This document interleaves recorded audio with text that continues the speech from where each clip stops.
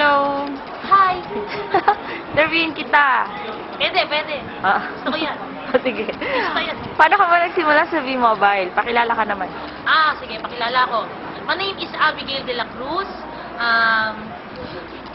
Isa ako sa mga leaders ng Team Transcend Korea. I've been into business for about 8 months.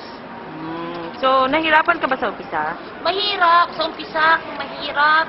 Mahirap talaga kung iisipin mong mahirap.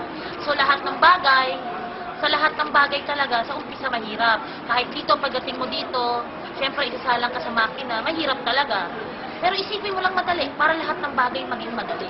Mahalin mo lang, para lahat maging madali.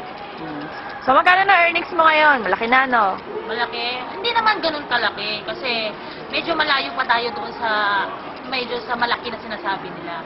So, yung earnings ko, proud ako kasi pinaghirapan ko yan, hindi ko yan pinanalo sa loto, pinagtrabahuan ko, hindi pa ganun kalaki. Ang mahalaga doon, meron kang resulta. So, ang earnings ko as of now is 400,000 pesos in 8 months in V-Mobile. So, masaya ako at meron ako yan, at kasi pinagpaguran ko yan. Kaya proud ako.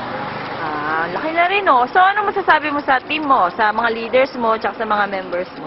Sa mga leaders ko, ang masasabi ko lang, kamsahamnida, Korea, sa Tagalog, maraming salamat kasi sa suporta na kahit malayo kami, para ang lapit pa rin. Kasi sa mga documents, sa supporting, sa motivation, lalong-lalo na sa team Generals, Radicals, Team Abundance, Team Transcend, sa ate ko, na leader ko na nagpakilala sa akin sa V-Mobile. Kasi siguro kung hindi ko nakilala yung team, siguro kasi ako inisip ko dati, parang another 5 years pa. Kasi 5 years na ako rito sa Korea, tapos na yung kontrata ko, and pauwi na ako because of V-Mobile. Kaya sobrang salamat.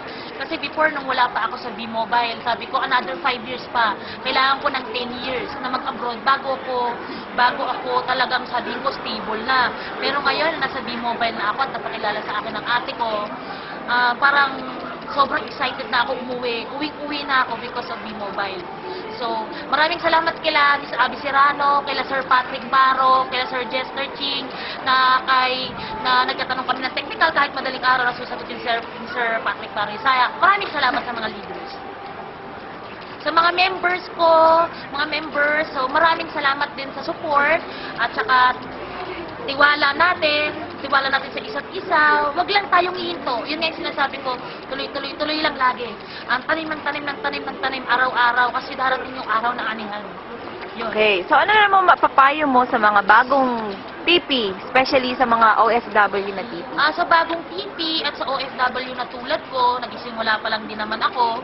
So, yung tiwala sa sarili, unang-una, tiwala ka sa sarili mo, huwag ka makinig sa mga taong negative. Kasi yung mga taong negative, pag hinila ka nila, wala, mag-stay ka lang sa baba, 'di ba? And ikaw naman yung aanin ng iyong mga dreams, mga goals mo sa buhay. Tiwala sa sarili at saka tiwala sa company. Kailangan niya magtiwala ka lang sa V-Mobile. Ang lagi nga nila sinasabi ng mga leaders natin, kung hindi ka marunong magtiwala, pagyaman pa kaya. So, huwag kang matakot sumubok. Kasi ako, hindi ako natakot sumubok. Kasi kung natakot ako sumubok, siguro TNT na ako dito sa Korea. So, sabi nga nila, ang tagal mo nang ginagawa yung ginagawa mo dati, huwag kang matakot sumubok ng panibago. Kasi, ang magiging resulta nun, panibago rin. So, yun, subok ko lang subok, tapos resulta. So, ang isa pang payo ko sa mga iba na malayo sa OFW, basa kayo lagi ng documents, huwag kayong mag-i-endorse ng business natin nang hindi nyo naaaral yung negosyo. Basa kayo ng documents, 2 to 3 documents lang per day. Then aralin nyo at saka kayo mag-endorse. So, yon ang lagi ko nga sinasabi sa aking team, ang matira dito, yayaman. Kaya, sabi nga ng mga Koreano, fighting, aja. So, yun. Thank you, bye-bye. Bye!